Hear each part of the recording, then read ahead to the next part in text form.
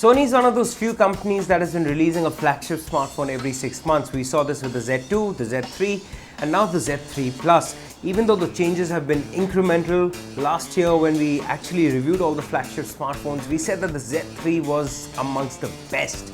Now, the G4 is out, the S6 is out, and even the HTC One M9 Plus is out. So are these incremental changes from Sony going to be enough? The Z3 Plus doesn't look much different from the previous generation. It still imbibes the metal edges, which is protected by hardened glass on both sides. The finish is pretty good. It's now thinner and lighter. Along the corners you'll notice there are separate pieces of metal which look more glossy than the rest of the phone. On the side of the phone is the power key, volume buttons and the dedicated camera button. On the other side is the micro SIM slot and the micro SD slot.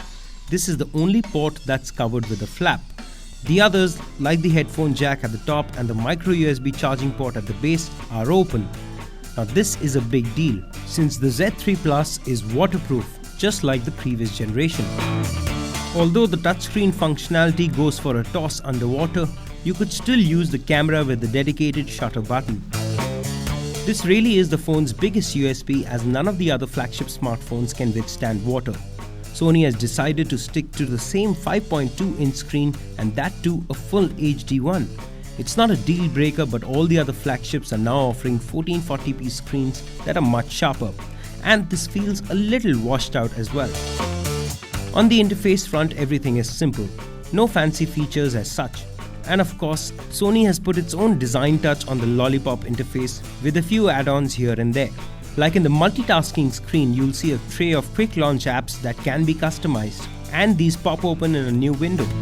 Also, if you press the power key, it'll give you the option to record your screen in full HD.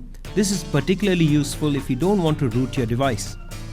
And then there is the answering machine, which lets you record voice messages without being dependent on the network carrier voicemail, which means you can record your own greetings and customize when the call is answered.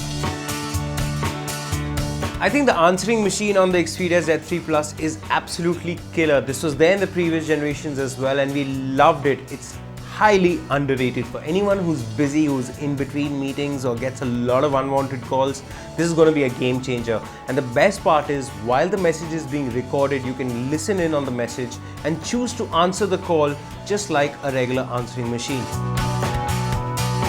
On the inside, the phone is powered by a Snapdragon 810 chipset, Adreno 330 GPU with 3 GB of RAM, and the internal memory comes in two options, 16 or 32 GB. Honestly, on the performance end, one shouldn't face much problem from such specs.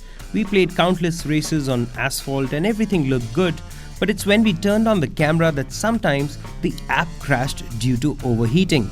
Even though Sony boasts of the same old 20.7 megapixel camera at the back, which churns out decent pictures, this inconsistency in performance and the heating issue was a big letdown, especially because it was also there in the previous generation and Sony should have fixed this.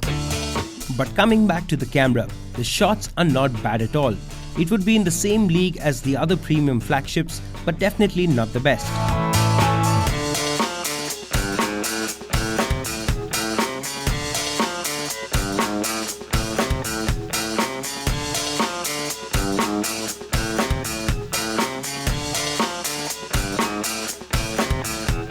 You know, we're not complaining about the fact that Sony has stuck to a design that's worked for them and done marginal changes. In fact, last year had you asked us which is the best phone to pick, best premium flagship smartphone in the Android space, we probably would have said pick up the Xperia Z3.